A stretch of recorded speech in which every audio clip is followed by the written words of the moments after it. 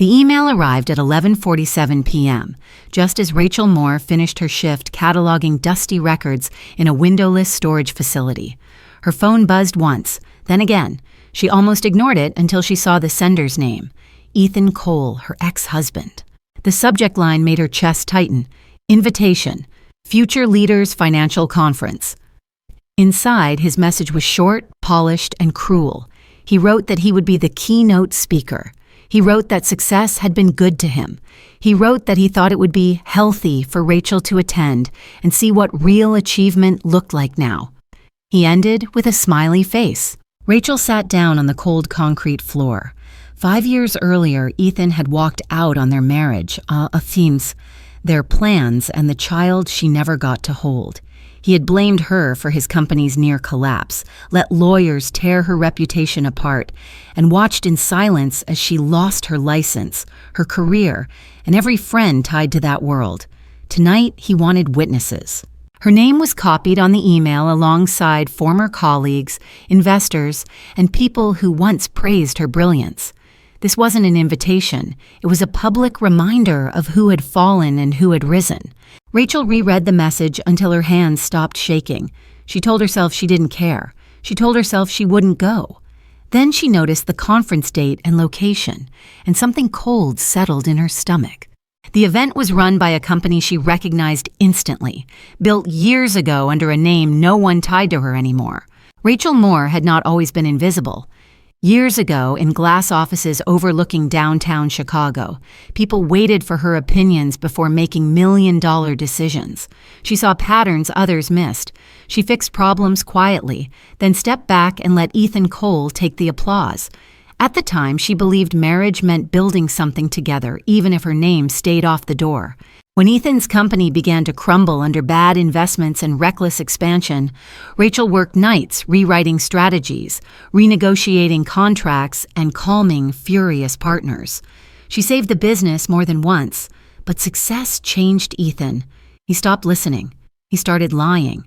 And when regulators began asking questions, he needed someone to stand in front of the fire. The lawsuit came fast.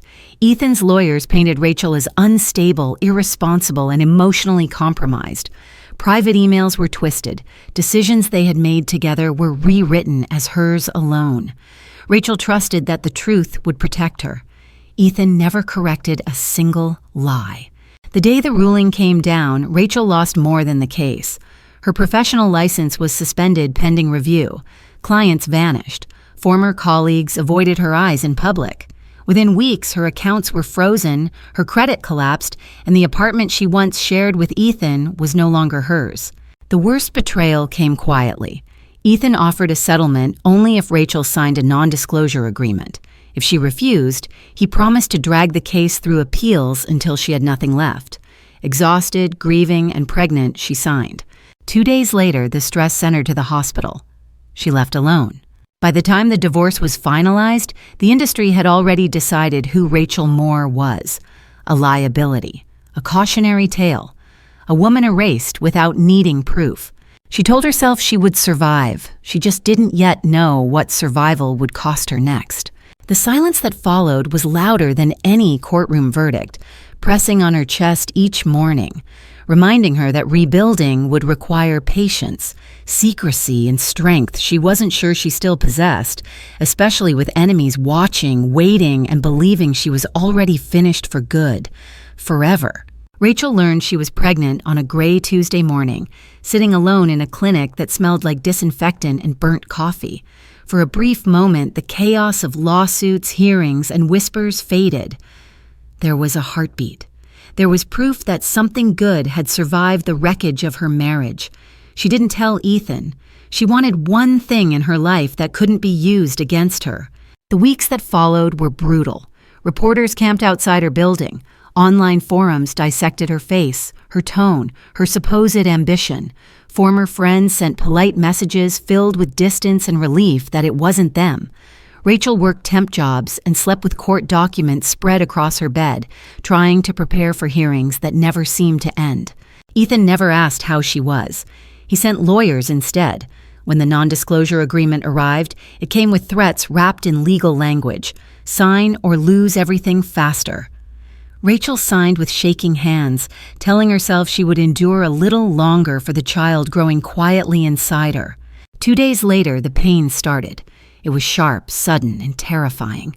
Rachel drove herself to the emergency room because she had no one left to call. She sat alone under fluorescent lights while strangers avoided her eyes, whispering as they passed. The doctor spoke gently, but the words landed like stones. There was no heartbeat anymore.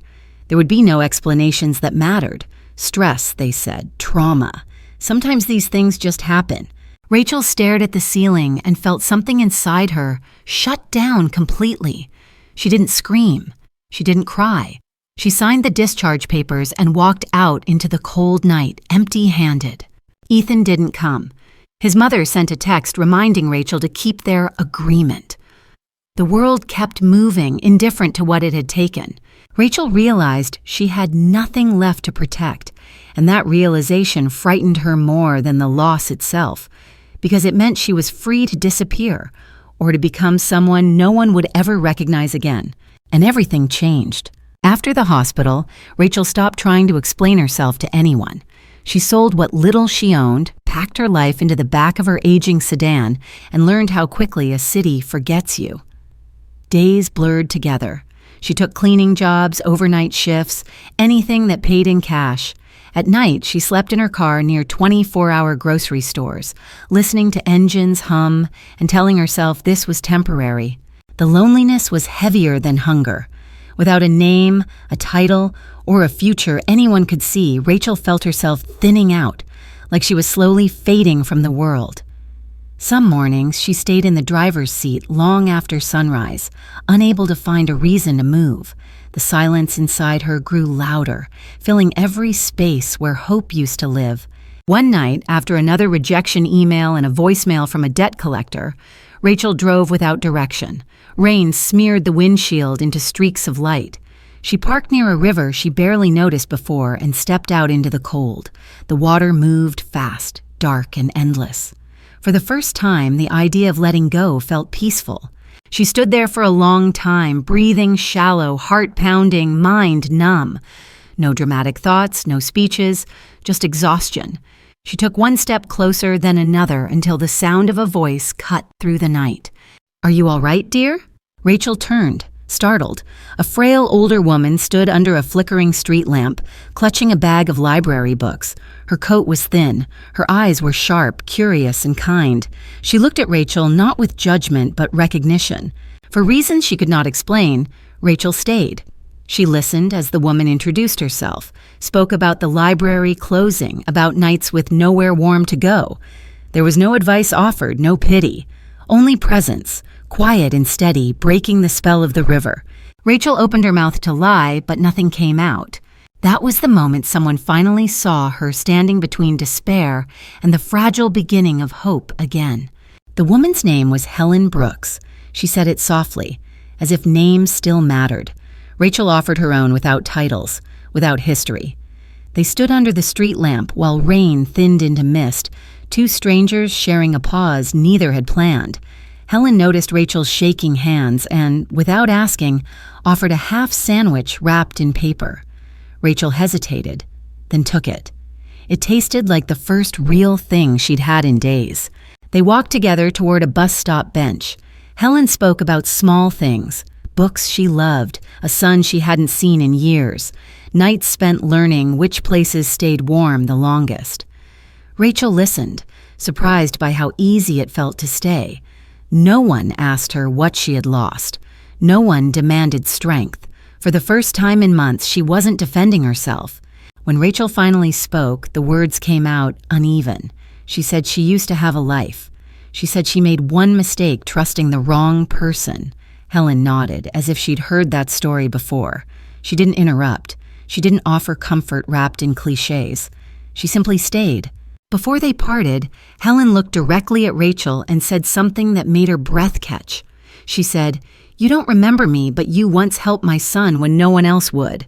You saved him from losing everything." Rachel frowned, searching her memory.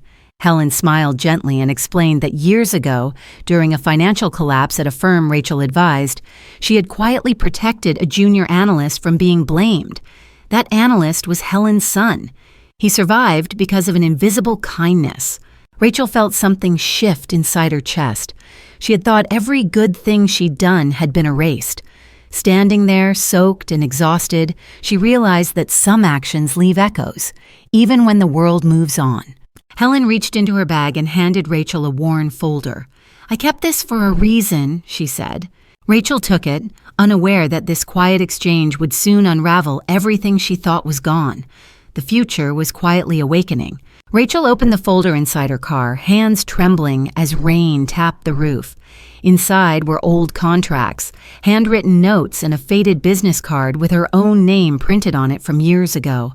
Helen hadn't exaggerated. These were records from a restructuring case Rachel once handled quietly, the one Ethan later claimed sole credit for.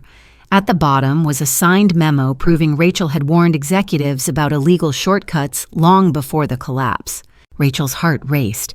She had assumed every trace of her work was buried or destroyed. Yet here it was, preserved by a woman she barely remembered, kept safe without expectation of repayment. For the first time since the trial, Rachel felt something other than fear. She felt clarity. Over the next few weeks, Rachel met Helen at the library whenever she could. Helen never asked for money. She asked questions instead. What Rachel still believed in, what kind of world she wished existed. Slowly, the fog in Rachel's mind began to lift. She stopped seeing herself as a failure and started seeing patterns again. Rachel knew she couldn't return to finance publicly. Her name was still toxic, but she realized she didn't need visibility to create impact. She began advising small nonprofit funds under temporary aliases, fixing broken systems, stabilizing budgets, and walking away before anyone asked who she was. The work felt clean, honest. Each success rebuilt a piece of her confidence. Each quiet win reminded her she was still capable. Helen watched from a distance, occasionally introducing Rachel to someone who needed help but couldn't afford mistakes. One night, Helen told Rachel something that changed the direction of everything. She said Ethan's rise was built on stolen foundations, and that powerful people were beginning to notice inconsistencies. They just needed proof, patience, and someone who understood his methods. Rachel looked at the folder again and finally understood why it had survived. It wasn't meant to save her past. It was meant to protect her future. And Rachel chose to step back in on her own terms. Rachel rebuilt her life without reclaiming her name. She created a routine that kept her invisible and steady. Mornings were spent in public libraries. Afternoons were quiet calls with small business owners and struggling nonprofit directors who never saw her face. She charged almost nothing, only enough to keep gas in her car and food on the table. What she gained instead was trust. Word spread slowly, carefully. People said there was someone who could fix broken budgets without ego or judgment. Someone who listened. Someone who never stayed long enough to be praised. Rachel became a ghost professional, present only through results. When organizations stabilized, she stepped away before questions formed. Helen helped in small but meaningful ways. She offered a spare room during the winter. She cooked simple meals and never asked where Rachel went or what she was building. Their evenings were quiet, filled with reading and soft conversations about resilience, regret, and choices that shape a life. Behind the calm surface, Rachel was planning. She studied Ethan's public moves, his interviews, his sudden partnerships. Patterns emerged quickly, the shortcuts, the recycled language, the same manipulations she had once cleaned up for him. She documented everything, not emotionally, but methodically. Rachel registered a consulting entity under a neutral name, layered through legal buffers. She partnered with ethical investors who valued transparency and social responsibility. None of them knew her past. They only saw her competence. The first major opportunity came unexpectedly. A mid-sized conference focused on ethical finance needed emergency restructuring after a sponsor withdrew. Rachel stepped in quietly, redesigned the event, secured funding, and left her signature hidden. That conference would grow faster than anyone expected. And somewhere high above, Ethan Cole accepted an invitation without reading the fine print, unaware that the stage he was walking toward had been rebuilt by the woman he believed was long gone forever. The trap was set patiently, legally and invisibly, waiting for the perfect moment when truth, timing, and consequence would collide without mercy under lights before everyone watching closely. The conference began as a modest idea and transformed faster than Rachel expected. What started as a small gathering about ethical finance attracted sponsors tired of empty promises and public scandals. They wanted credibility, not charisma. Rachel designed every detail carefully, from speaker selection to contract language, making sure accountability was built into every layer. She never used her real name. Official documents listed a management firm no one could trace back to her. Legal walls stood tall, clean, and unbreakable. Every decision was reviewed twice, sometimes 3 times. Rachel had learned what happened when trust was given too freely. Invitations went out quietly at first, then momentum hit. Influential investors shared the event privately, attendance doubled, media outlets requested coverage. The conference became something people wanted to attend, not because it was loud, but because it felt different, honest. Rachel watched from behind screens as Ethan Cole's name appeared on a potential speaker list, recommended by others impressed by his manufactured success. Her chest tightened, but she approved it without hesitation. This was never about revenge. It was about exposure. Helen noticed the change in Rachel. She stood straighter. She slept better. She no longer apologized for taking up space. One evening, Helen asked if Rachel was afraid. Rachel answered truthfully. She said she was terrified, but ready. Contracts were finalized. Non-disclosure agreements locked everyone into transparency. Financial audits were embedded into the event structure itself. Any speaker who lied on stage would be challenged by data. Live. Rachel understood the risk.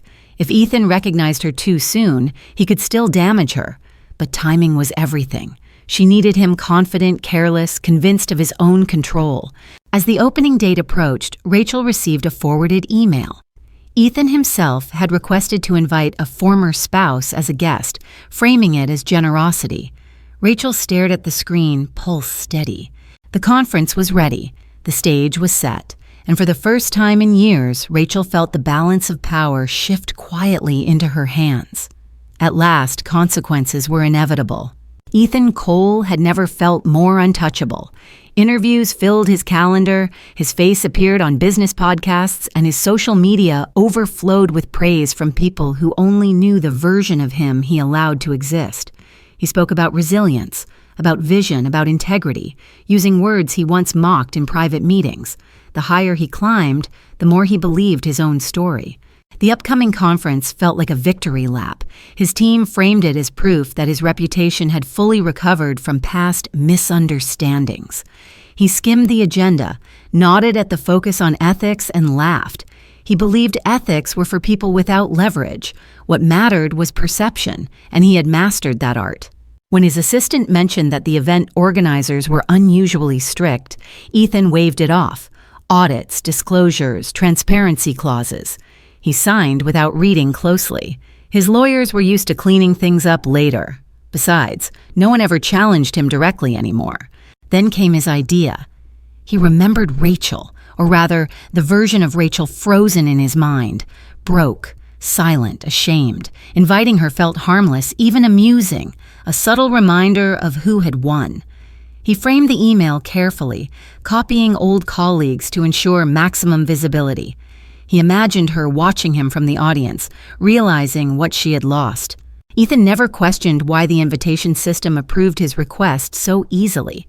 He never wondered who controlled the back end. He didn't notice that his speaker contract had been amended twice after submission, or that certain clauses now bound him more tightly than before. In his penthouse office, Ethan rehearsed his keynote, smiling at his reflection. He planned a story about betrayal, cleverly edited to make himself the survivor. The audience would applaud. They always did. What Ethan didn't see was the quiet alignment happening beyond his reach. Data syncing, files cross-checked, timelines verified. He stood at the peak of his illusion, convinced the ground beneath him was solid. He had no idea it was already cracking, waiting for the exact moment when the lights came on, the doors closed, and the truth would have nowhere left to hide anymore. Rachel arrived at the conference venue early, dressed plainly, carrying nothing that hinted at authority. She checked in as a guest, accepted her badge, and followed staff directions without comment. To everyone watching, she was exactly who Ethan believed her to be, a forgotten ex, curious enough to attend, harmless enough to ignore. Before entering the main hall, she was escorted to a side desk for mandatory paperwork. A young coordinator apologized and slid a tablet toward her. "Standard guest agreement," he said. "Just a formality." Rachel read every line carefully. The non-disclosure clause was strict. The consent language was absolute. Once signed, all participants agreed to arbitration, live auditing, and public disclosure if fraud was detected. Rachel signed without hesitation. Across the building, Ethan did the same, distracted by phone calls and compliments. He barely glanced at the updated clauses. His assistant assured him everything was routine. His signature locked him into a system designed to expose exactly what he feared most. Rachel took her seat near the back of the hall. She felt her pulse steady, not from confidence, but from acceptance. Whatever happened next, she would not hide. The screen on stage displayed welcome messages. Sponsors' logos rotated slowly, the room filled with applause, chatter, expectation. Ethan walked past her aisle without recognition, laughing with investors. For a moment, Rachel saw the man she once loved, then the man he chose to become. The difference no longer hurt, it clarified. Her phone vibrated once. A secure message from the event system confirmed final activation. All safeguards were live, all data feeds synchronized. There would be no interruption now. Rachel looked toward the stage as the lights dimmed. This was no longer about humiliation or revenge. It was about balance, about letting truth speak in a space built to amplify it. And as the opening music began, Rachel understood that every step taken in silence had led to this irreversible moment. Nothing could stop what followed, because the system was sealed, the audience was watching, and accountability was finally stronger than power for the first time in years. Ethan stepped onto the stage to loud applause, soaking it in like oxygen.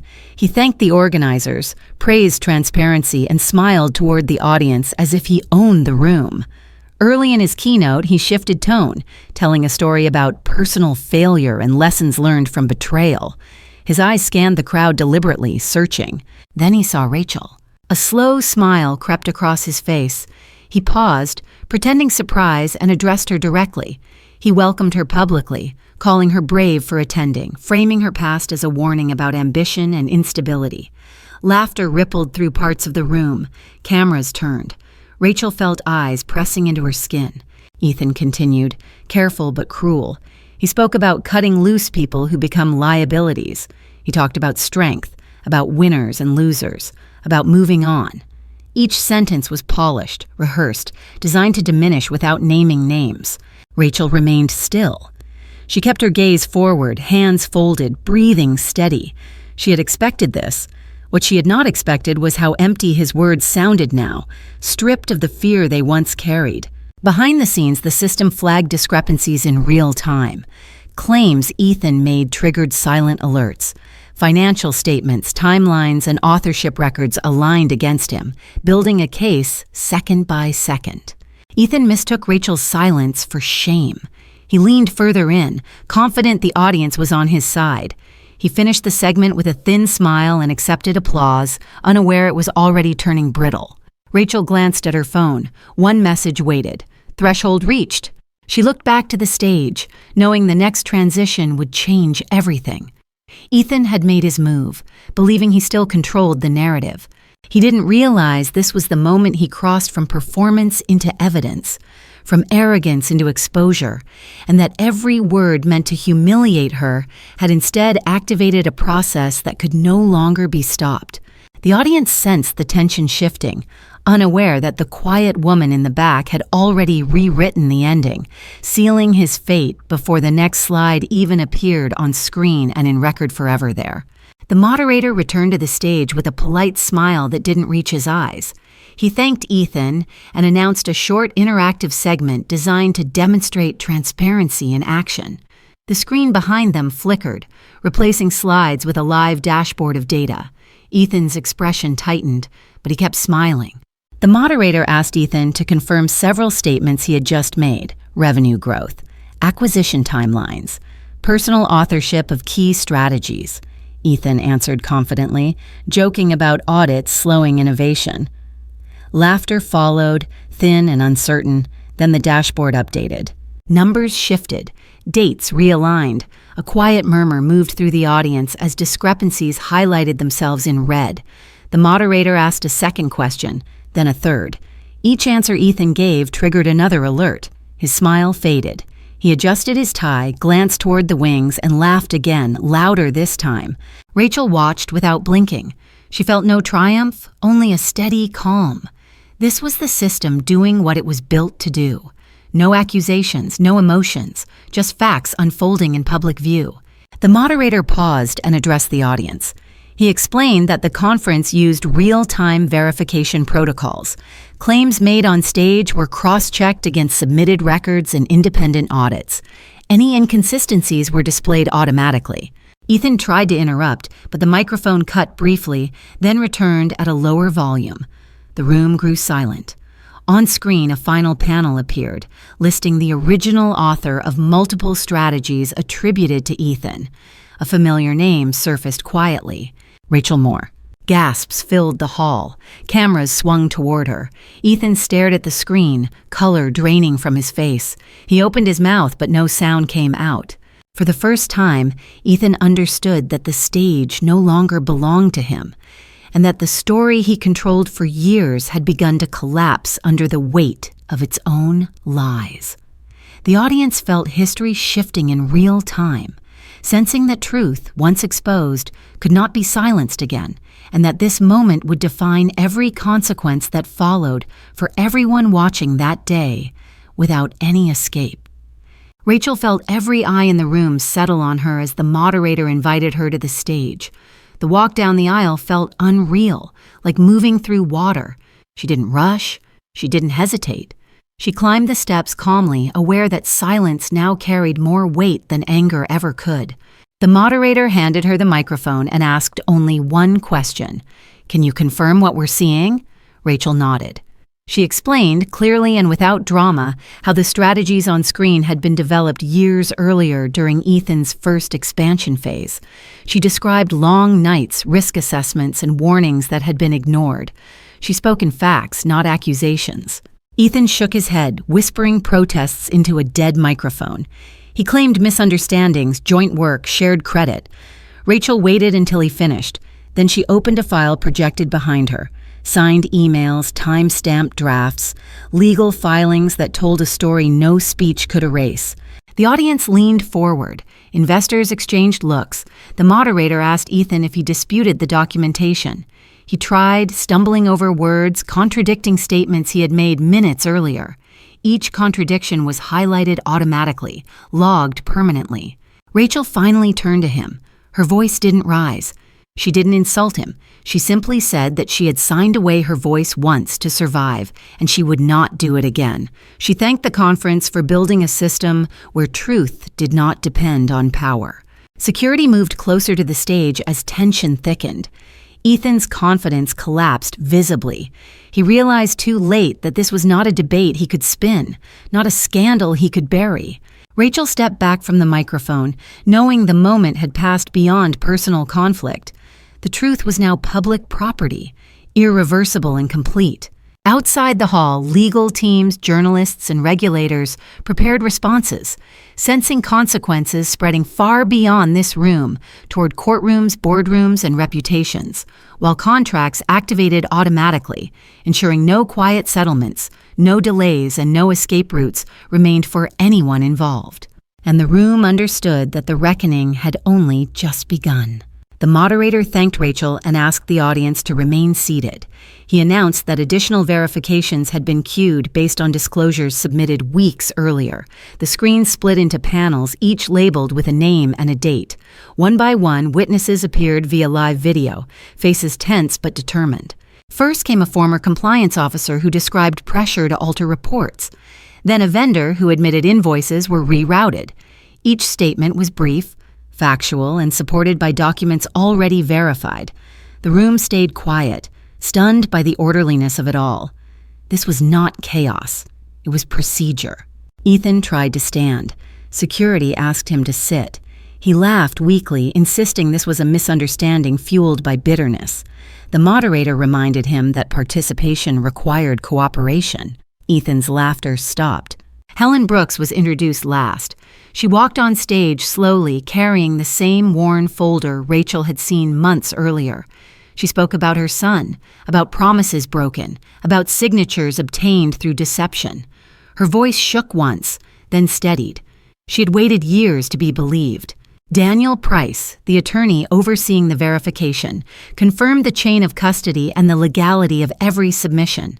He explained the consequences plainly: breach of fiduciary duty, fraud, obstruction, automatic referrals triggered by the system. The audience reacted in waves. Shock gave way to anger, then to a strange relief. Many had trusted Ethan with their money, their reputations. Now they watched accountability unfold without theatrics. Rachel remained off stage, hands clasped, breathing slow. She felt grief pass through her, then release. This was not vindication, it was correction. When the moderator closed the segment, he stated that the conference would continue as scheduled. Ethics were not a slogan, he said. They were a process. Ethan sat motionless as applause rose, not for a man, but for the truth finally given room to stand. Outside, reporters gathered, regulators coordinated, and phones buzzed relentlessly, signaling investigations expanding nationwide, while sponsors suspended ties immediately, and a once untouchable empire began collapsing under documented evidence timelines and signatures verified, public, permanent, irrevocable, binding consequences. Ethan was escorted from the stage through a side exit. No cameras allowed, no statements given. His phone vibrated non-stop, but he didn't answer. Outside the conference hall, federal investigators waited calmly, already briefed, already prepared. This was no dramatic arrest. It was worse. It was procedural, quiet, and final. Inside, the conference continued. Panels resumed. Speakers spoke. But the air had changed. Attendees whispered, checked messages, and read headlines appearing in real time. Sponsors released statements distancing themselves. Boards scheduled emergency meetings. Accounts froze. Partnerships dissolved. A career built on image collapsed within hours. Rachel watched from the back row as consequences rippled outward. She saw people she once admired look shaken, forced to question their own silence. She felt no joy watching Ethan fall, only a deep, steady sense of closure. Ethan's attorneys requested a private arbitration meeting. The system denied it automatically. His non-disclosure agreements were void under fraud clauses. The protections he relied on vanished line by line, triggered by his own signatures. By evening, his company stock was suspended. Former allies deleted posts. Invitations disappeared. A man who once controlled rooms now sat alone in a government building, answering questions without leverage. Rachel received a single message from the verification team. All findings confirmed. She closed her eyes and exhaled slowly. For years, she had carried shame that never belonged to her. Now the weight lifted, replaced by something quieter and stronger. Truth had not shouted. It had simply stood. As night fell, news outlets replayed the footage again and again. Commentators argued. Analysts dissected. But the facts remained unchanged. Ethan Cole's empire was finished. And for the first time since everything was taken from her, Rachel understood that justice didn't need cruelty to be complete. It only needed patience, proof, and the courage to let consequences arrive fully, publicly, and without interference or mercy from anyone again. Nothing could undo the past, but everything ahead now belonged to her, shaped by truth, accountability, and a future no longer defined by fear, silence, or someone else's lies, finally chosen on her own terms alone together. Rachel declined every interview request. She ignored messages from people who suddenly remembered her kindness. Instead, she spent the days after the conference quietly completing formal statements, answering regulators with precision, and stepping away when her role was finished.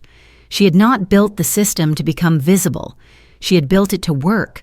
Ethan's world shrank rapidly. His accounts were frozen pending investigation. His company offices closed under compliance orders. Former partners issued apologies that never reached him. Even his family kept their distance, afraid of being pulled into the fallout. The man who once humiliated others now waited in silence, measured in case numbers and scheduled hearings. Rachel was offered settlements, book deals, speaking tours. She declined them all. Justice to her was not a stage, it was the restoration of balance. When lawyers asked if she wanted to pursue additional civil claims, she answered calmly, only what was fair, nothing more. Weeks later, the ruling arrived. Rachel's professional license was fully reinstated, the record corrected publicly. Official statements acknowledged misconduct, naming Ethan Cole without ambiguity. Her reputation was restored not through sympathy but through evidence. Rachel sat with Helen that evening, sharing tea in the same quiet kitchen where plans had once been whispered. Helen squeezed her hand and said she was proud. Rachel felt something soften inside her chest, a place that had been locked for years. Ethan was sentenced months later. Financial crimes, fraud, obstruction, no speeches, no applause, just consequences. His name faded from headlines as quickly as it had risen, replaced by cautionary footnotes and case studies. Rachel watched none of it. She was already moving forward. What mattered was not his fall, but her freedom. She had her voice back. She had her name back, and she had learned that integrity, once reclaimed, could not be taken again. She understood that healing was not loud revenge, but the quiet ability to wake each morning without fear, bitterness, or unfinished grief inside herself daily. The debt had been paid, and the future was finally hers to shape. Rachel did not return to the life she had before, because that life no longer fit who she had become. Instead, she used her restored license quietly, intentionally, choosing projects that aligned with values she once had to hide. She founded a small foundation focused on protecting professionals who spoke up early, before damage became disaster. The foundation operated without glamour, no galas, no press. It offered legal guidance, financial restructuring, and emotional support to people facing retaliation for telling the truth. Rachel knew how lonely that path was. She made sure no one walked it alone again. Helen remained by her side, not as an investor, but as family. They shared meals, routines, and long conversations about aging, forgiveness, and the strange ways life circles back. Rachel repaired relationships she thought were lost forever, learning which connections were real and which belonged to a chapter that had ended. One afternoon, Rachel received a handwritten letter from a woman she had never met. The letter described standing on the edge of collapse, choosing honesty, and surviving because someone believed her. At the bottom, the woman wrote, "I found your foundation when I needed it most." Rachel read the line twice and felt tears rise, unashamed. She realized then that meaning did not come from winning or proving others wrong. It came from preventing the same harm from repeating, from turning pain into structure, protection, and opportunity. Rachel also allowed herself something she had denied for years: joy. She traveled. She laughed without guilt. She slept without fear of tomorrow's consequences. Her past no longer chased her. It informed her, strengthened her, and stayed where it belonged. For the first time, Rachel was not surviving anymore. She was living. Her work continued quietly, expanding through trust rather than fame, shaping futures she would never witness directly. Yet knowing each protected voice, each restored career, each spared family proved that compassion, once planted, grows stronger than cruelty, fear, or power ever could in the long run for generations still unseen ahead of her quiet legacy. Rachel thought she understood the full scope of what Helen had done for her, but one quiet afternoon proved otherwise. They were sorting old documents when Helen finally explained the origin of the foundation's first funding. Years earlier, Helen had sold her home, not out of desperation, but intention. She had watched powerful men destroy her son's career, and she promised herself she would never be powerless again. Helen revealed she had quietly invested in ethical funds for decades, learning patience and restraint.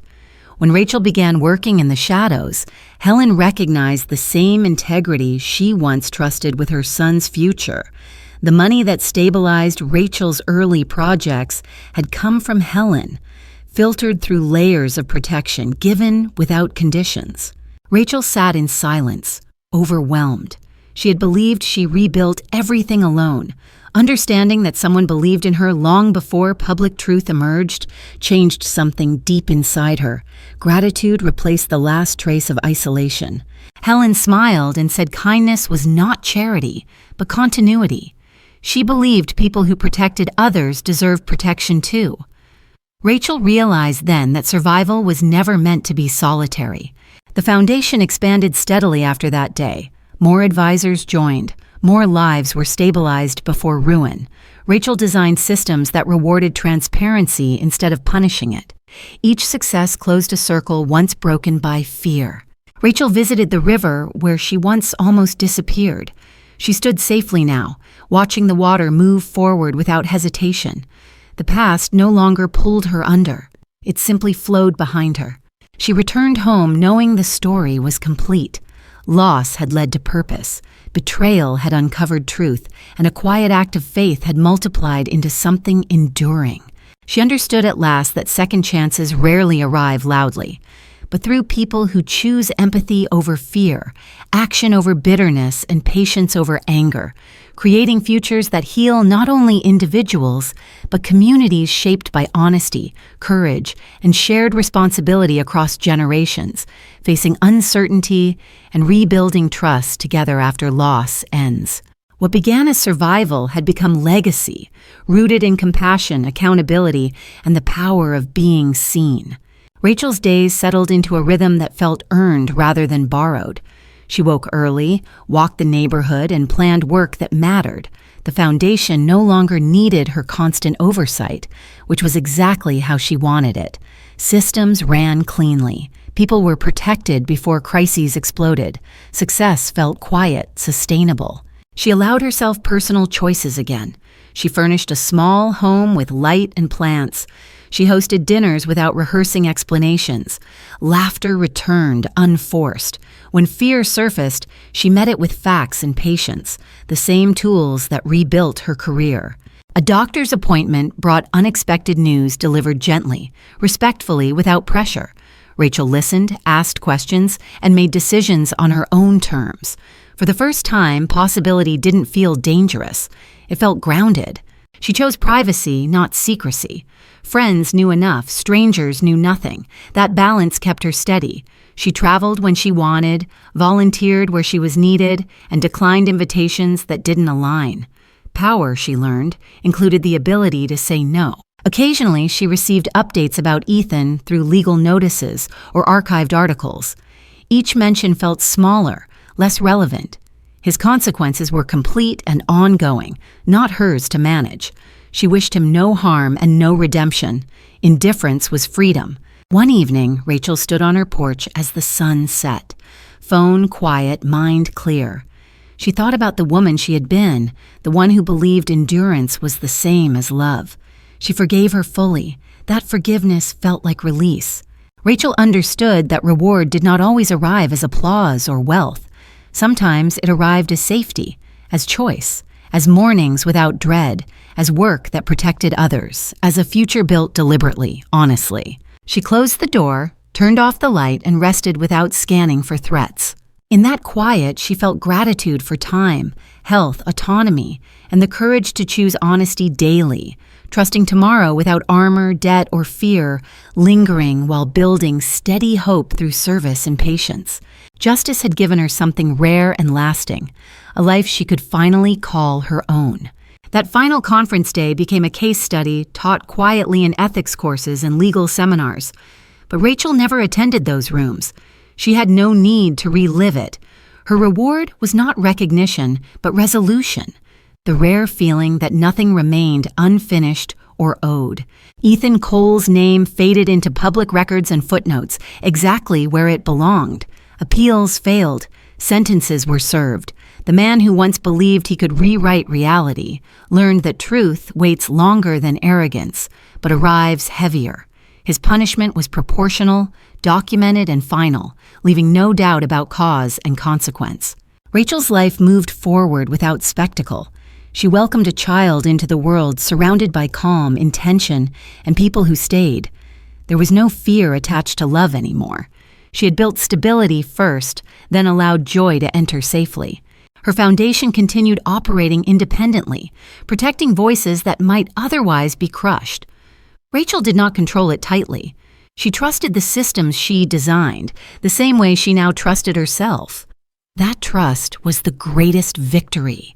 On quiet evenings, she sometimes thought about the woman she once was, sitting on a cold floor reading a cruel email.